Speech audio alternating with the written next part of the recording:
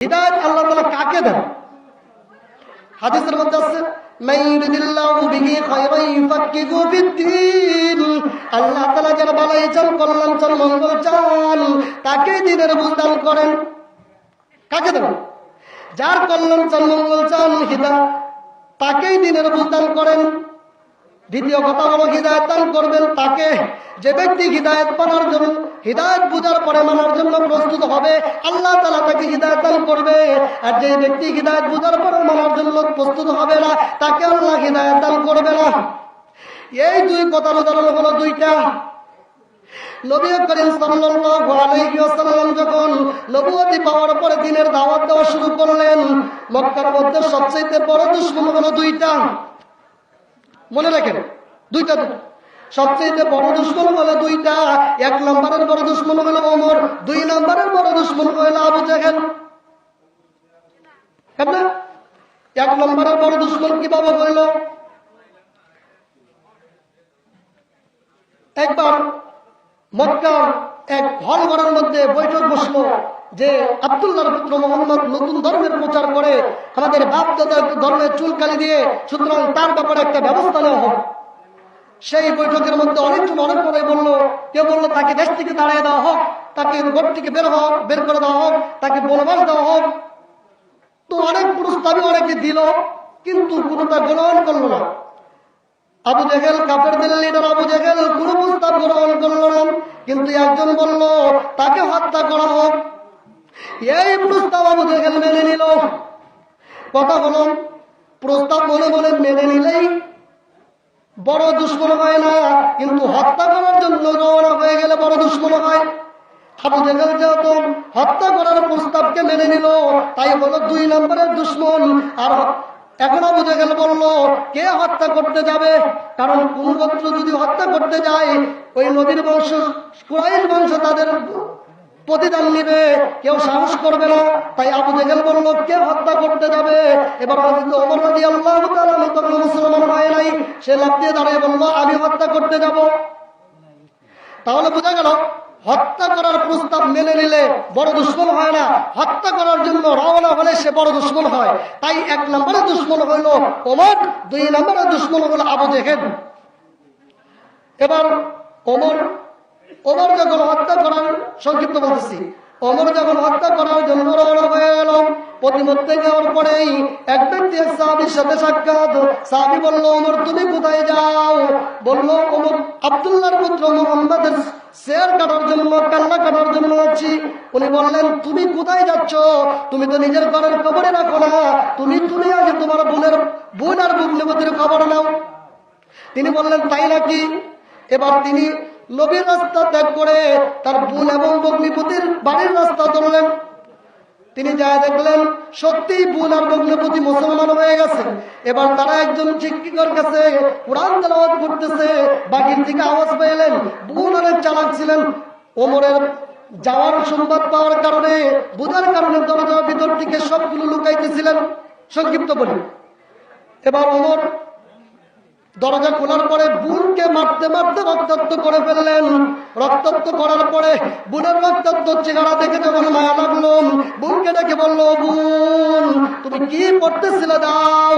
এবার বোন বললেন তোমাকে দেওয়া যাবে না, তুমি নাপাক। বলল কি করতে হবে? তাহলে গোসল করতে হবে। তখন তিনি গোসল করলেন। গোসল করার পরে তিনি কুরআনুল কারীম, আল্লাহ তাআলার এই কুরআনকে তার হাতে দিলেন।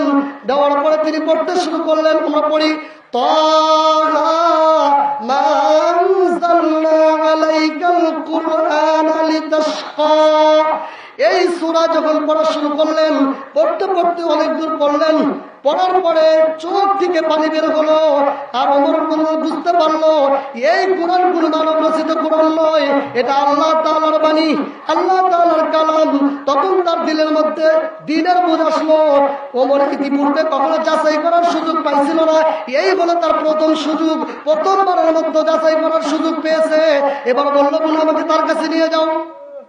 এবার ওমর রাসূলের কাছে গিয়ে মুসলমান হয়ে গেল। সুবহানাল্লাহ। আল্লাহ তাআলা এক নম্বরের দুশমনকে হিদায়াত দান করলেন। এবার আসি দুই নম্বরের দুশমন। দুই নম্বরের দুশমন একবার মক্কার এক হল ঘরের মধ্যে বন্ধু আর সে একা, আর কেউ না। দুইজনে আলাপ করতেছে যে বন্ধু তোমার কাছে আজকে একটা কথা বলবো, যদি তুমি সত্য কথা বলো তাহলে আমি বলবো। বন্ধু বলতেছে এখানে তুমি আর আমি আছি, যাও তোমাকে বন্ধু হিসাবে কথা দিলাম, সত্য কথাই বলবো। এবার আবু জেহেলের ওই বন্ধু আবু জেহেলকে বলতেছে তাহলে বন্ধু আবু জেহেল বলো, আব্দুল্লাহর পুত্র মুহাম্মদ যে সমস্ত কথা বলে এই সমস্ত কথাগুলো কত পার্সেন্ট ঠিক?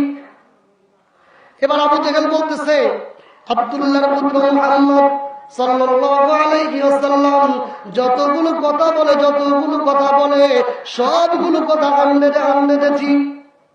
এবার আবু জেহেলের বন্ধু বলল, ওই আবু জেহেল যেই কথা তুই আমার কাছে স্বীকার করলি এই কথা সমাজের মানুষের কাছে কেন স্বীকার করস না? আবু জেহেল বলল, তুমি বন্ধু, তোমার কাছে কথা দিছি বন্ধু হিসেবে তাই বললাম, কিন্তু সমাজের মানুষের কাছে যদি আমি এই কথা বলি তাহলে সমস্ত মানুষ তার দলে চলে যাবে, ইসলাম গ্রহণ করবে, আমার দলে কোনো লোকই থাকবে না। এই জন্য বলি না। সুতরাং তার থেকে শিক্ষা নিতে হবে।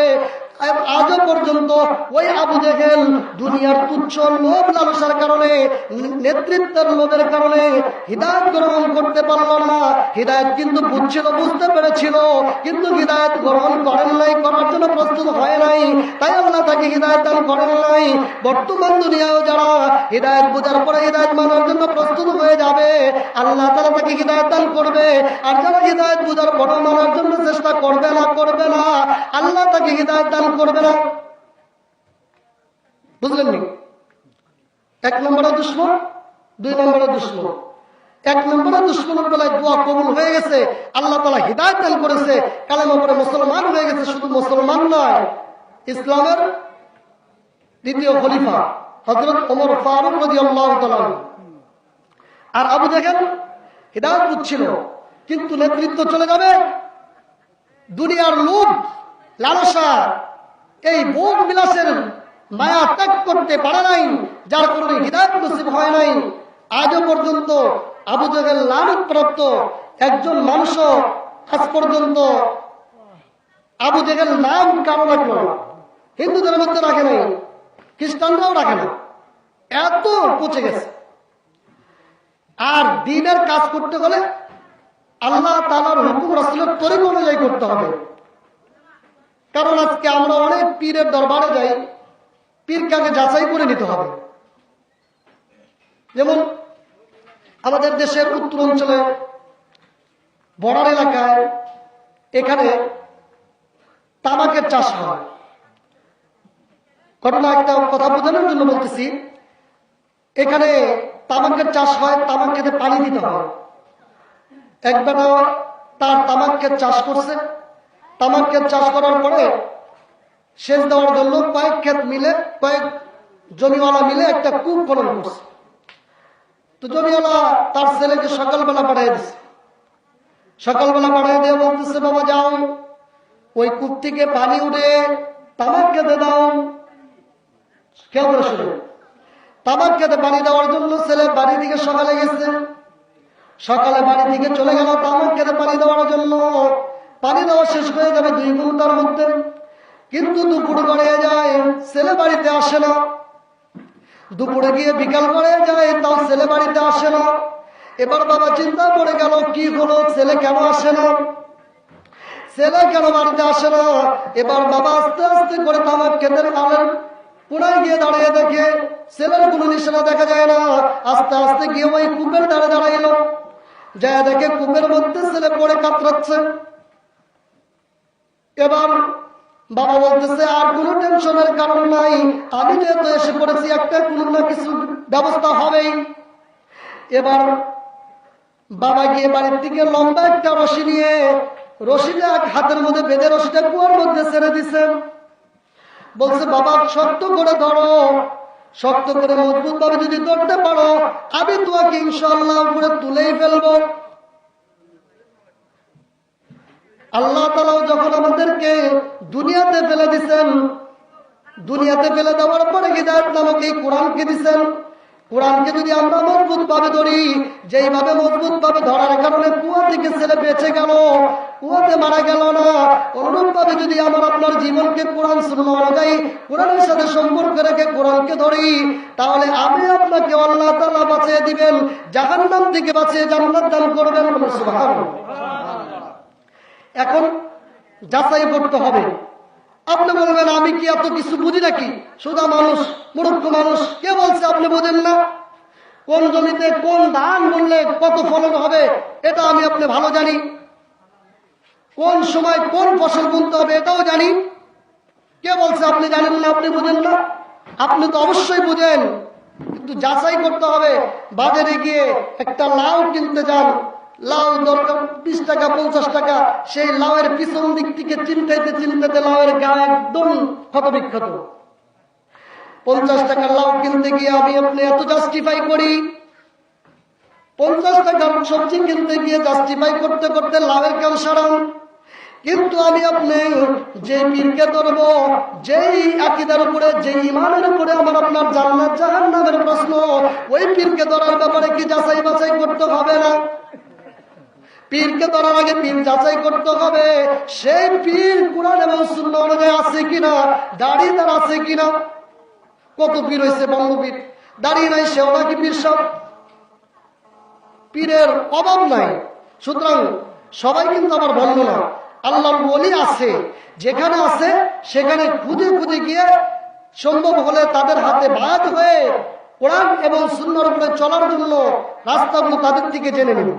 আমরা তো সকলে আলেম হইনি, সুযোগও ছিল না, তাই বলে আমল তো করতে হবে। এই জন্য কোন শায়েখের কাছে, কোন মাশায়েখের কাছে, কোন পীরের কাছে যেতে হলে আগে দেখতে হবে। আর পীরকে চেনার উপায় হলো তার মুরিদ। কারণ মুরিদ যদি যাওয়ার পরে, আগে মুরিদের নামাজ ছিল না, পীরের কাছে যাওয়ার পরে নামাজ পড়ে। আগে মুরিদ নাম রোজা রাখতো না, পীরের কাছে যাওয়ার পরে রোজা রাখে। আগে দাড়ি ছিল না, পীরের কাছে বায়াত হওয়ার পরে দাড়ি রাখে। আগে পর্দা করতো না, এবার পীরের কাছে বায়াত হওয়ার পরে পর্দা করে। তাহলে বোঝা যাবে ওই পীর কামেল, ওই পীরের কাছে বায়াত হওয়া যাবে। সুতরাং আমি আপনি পীর ধরার আগে পীরকে যাচাই করে নিতে হবে। সুতরাং আসুন, আমাদের অনেক ওলামায়ে কেরাম আসছেন, তারা আলোচনা করবেন। আমি আর আলোচনা দীর্ঘায়িত করতে চাই না। আমি ছোট মানুষ, হাদিস কোরআন থেকে কিছু কথা বললাম। যদি এর মধ্যে ভুল হয়ে থাকে আল্লাহ তাআলার কাছে ক্ষমা প্রার্থনা করছি, এবং আমি লেখাপড়া করতেছি, আপনাদের সকলের কাছে দোয়া চাই। ওয়া আখিরি দাওয়ানা আলহামদুলিল্লাহ।